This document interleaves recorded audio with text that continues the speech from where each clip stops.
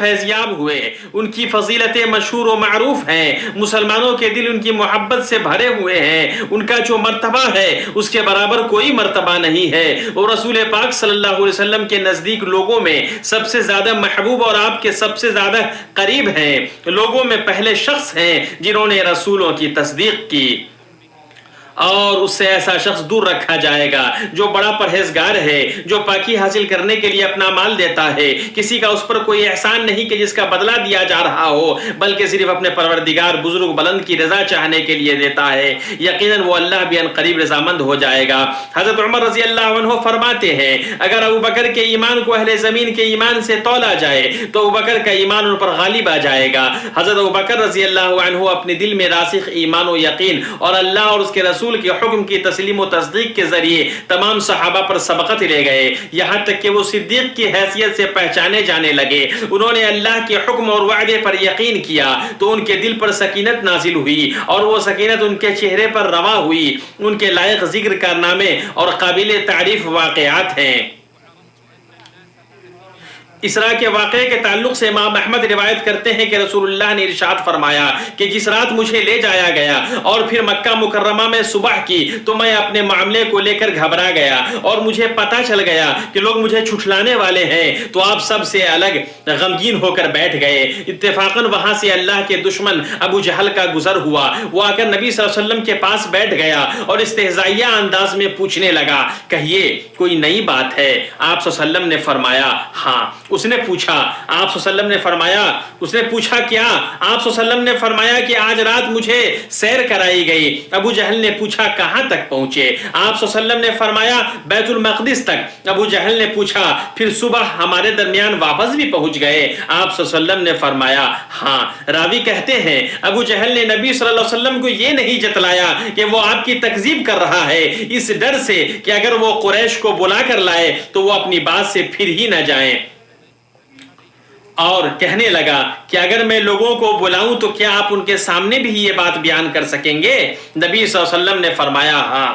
یہ سن کر اس نے آواز لگائی، اے بنو کعب بن لوئی کی جماعت آؤ۔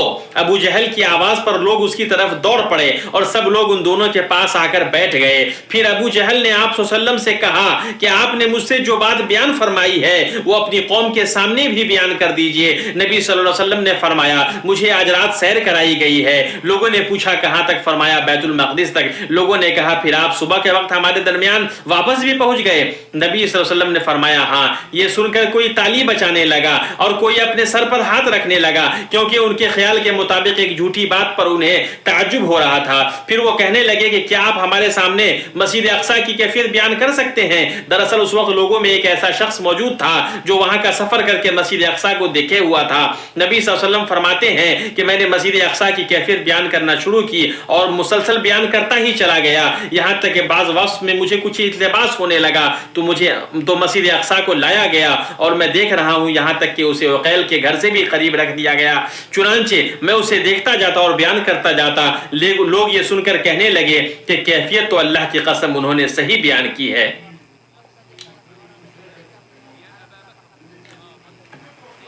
یہ تو جھٹلانے والے مشرکین کا حال تھا۔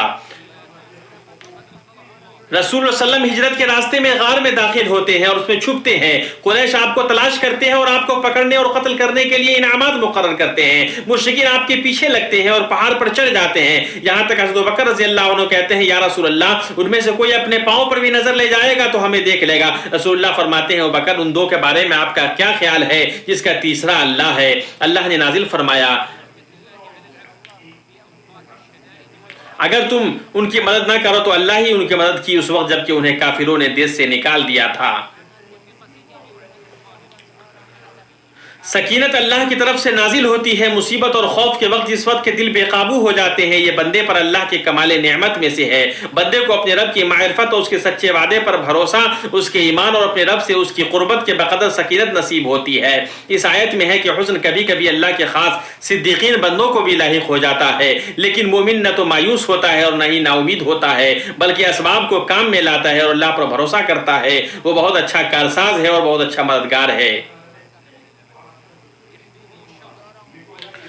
صدیق رضی اللہ عنہ کی سکینت، یقین اور ثابت قدمی کے مواقع میں سے ایک دوسرا موقع حدیبیہ کے دن کا ہے، جس دن صحابہ رضی اللہ عنہم اللہ کے رسول کے ساتھ مکہ پہنچے۔ صحابہ کرام کا شوق ان کو مہمیز دے رہا تھا، وہ عمرہ کے علاوہ کچھ بھی نہیں چاہ رہے تھے۔ مشرکوں نے انہیں خانہ کعبہ سے روک دیا۔ اس کے بعد صلح کا جو معاملہ ہوا وہ ہوا تو رسول اللہ نے اپنے اصحاب کو حکم دیا کہ وہ اپنی قربانی کے جانور ذبح کر دیں اور اپنے سر کا حلق کرا لیں۔ صحابہ کرام نے آپ کے حکم کی تعمیل میں تھوڑی تاخیر کی تو ام سلمہ رضی اللہ عنہا نے آپ کو درست رائے کا مشورہ دیا، اور اس دن بعد صحابہ کے دلوں میں ایک قسم کی بے چینی پیدا ہوئی۔ پھر حضرت عمر رضی اللہ عنہ اللہ کے رسول صلی اللہ علیہ وسلم کے پاس آئے اور کہا، اے اللہ کے نبی، کیا آپ اللہ کے سچے نبی نہیں ہیں؟ کیا ہم لوگ حق پر اور ہمارے دشمن باطل پر نہیں ہیں؟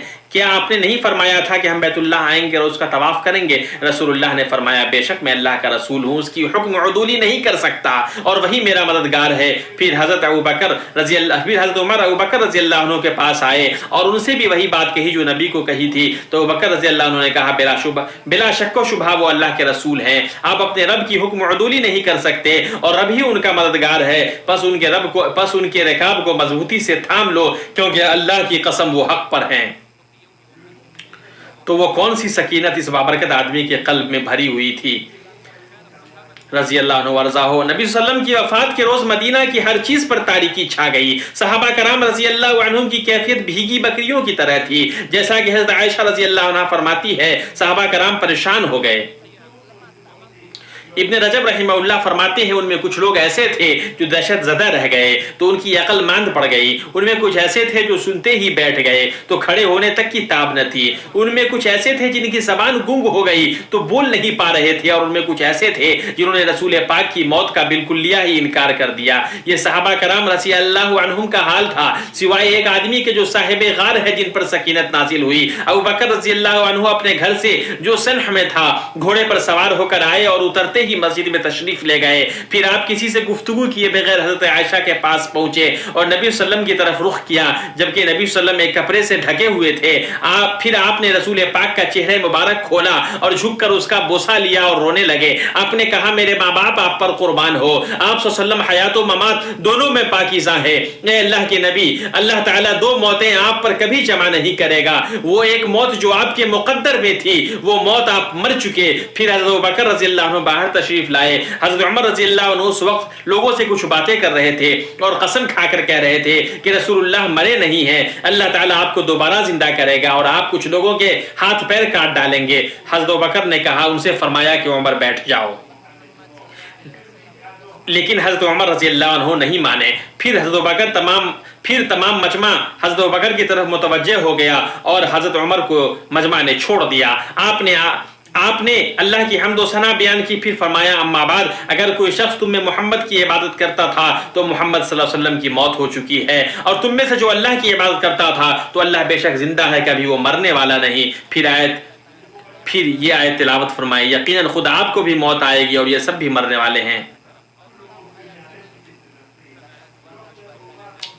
محمد صرف رسول ہی ہیں، ان سے پہلے بہت سے رسول ہو چکے ہیں، کیا اگر ان کا انتقال، کیا وہ مر جائیں یا شہید ہو جائیں تو تم اسلام سے اپنی ایڑیوں کے بل پھر جاؤ گے؟ راوی کہتے ہیں، اللہ کی قسم ایسا لگا کہ حضرت ابوبکر رضی اللہ عنہ کی آیت کی تلاوت سے پہلے جیسے لوگوں کو معلوم ہی نہ تھا کہ یہ آیت بھی اللہ پاک نے قرآن مجید میں اتاری ہے۔ اب تمام صحابہ کرام نے یہ آیت آپ سے سیکھ لی، پھر تو ہر شخص کی زبان پر یہی آیت تھی۔ حضرت عمر رضی اللہ عنہ نے کہا، اللہ کی قسم، جو ہی میں نے حضرت ابوبکر رضی اللہ عنہ کو اس آیت کی تلاوت کرتے سنا، ایسا محسوس ہوا کہ میرے پاؤں کے کوچ کاٹ دیے گئے ہیں اور وہ میرا بوجھ نہیں اٹھا پا رہے ہیں، یہاں تک کہ میں زمین پر گر گیا۔ جب میں نے انہیں اس آیت کی تلاوت کرتے سنا تو مجھے یقین ہو چکا کہ نبی صلی اللہ علیہ وسلم مر چکے ہیں۔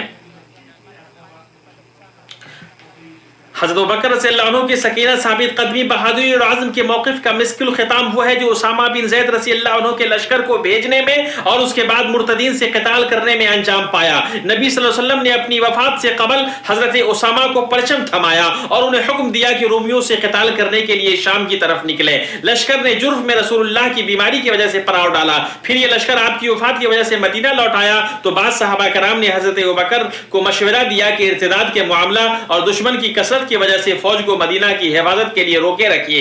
حضرت ابوبکر نے فرمایا اللہ کی قسم میں اس گرہ کو نہیں کھولوں گا جسے اللہ کے رسول نے باندھا تھا، گرچہ چڑیا ہمیں اچک لے اور مدینہ کی ارد گرد درندے بھی ہوں اور اگرچہ کتے امہات المومنین کے پیروں کو گھسیٹ کر لے جائیں تو میں ضرور اسامہ کے لشکر کو بھیجوں گا۔ اس کے بعد پھر لشکر کے نکلنے میں سب سے بڑی مصلحت یہ تھی، چنانچہ مصلحت تھی کہ عرب کے قبیلوں میں سے یہ لشکر جس قبیلے کے پاس سے بھی گزرا تو وہ کہنے لگے یہ لوگ تبھی نکلے ہیں کہ ان کے پاس بڑی طاقت ہے۔ ابن تیمیہ رحمہ اللہ کا قول ہے شجاعت کی دو چیزوں سے تفسیر کی جا سکتی ہے، دل کی قوت اور خدشات کے وقت اس کا ٹھہراؤ، دوسری چیز بدن سے سخت لڑائی، بئی طور کے بہت سارے لوگوں کو قتل کرے اور عظیم قتل کرے۔ پہلی چیز شجاعت ہے اور دوسری چیز بدن کی قوت اور اس کے عمل پر دلالت کرتی ہے۔ جنگ کی عمرہ اس کے قائدین اور کمانڈروں کو دوسری خصلت کی بنسبت پہلی خصلت کی زیادہ ضرورت ہوتی ہے، اس لیے کہ لشکر کا سپہ سالار اگر دل کا مضبوط اور ثابت قدم رہے گا تو پیش قدمی کرے گا، ڈٹا رہے گا اور وہ شکست نہیں کھائے گا تو اس کے ساتھ اس کے مددگار بھی لڑیں گے، اس کی مددگار بھی لڑائی کریں گے۔ اگر حکمرانوں سے شجاعت کے معاملے میں دل کی شجاعت مطلوب ہے تو اس میں کوئی شک نہیں کہ حضرت ابوبکر رضی اللہ عنہ اللہ کے رسول کے بعد سب سے زیادہ بہادر تھے۔ اے اللہ حضرت ابوبکر صدیق سے تو راضی ہو جا، تو اپنے رسول کے تمام صحابہ کرام تابعین اور جو قیامت تک اچھی طرح ان کی پیروی کریں ان سب پہ راضی ہو جا۔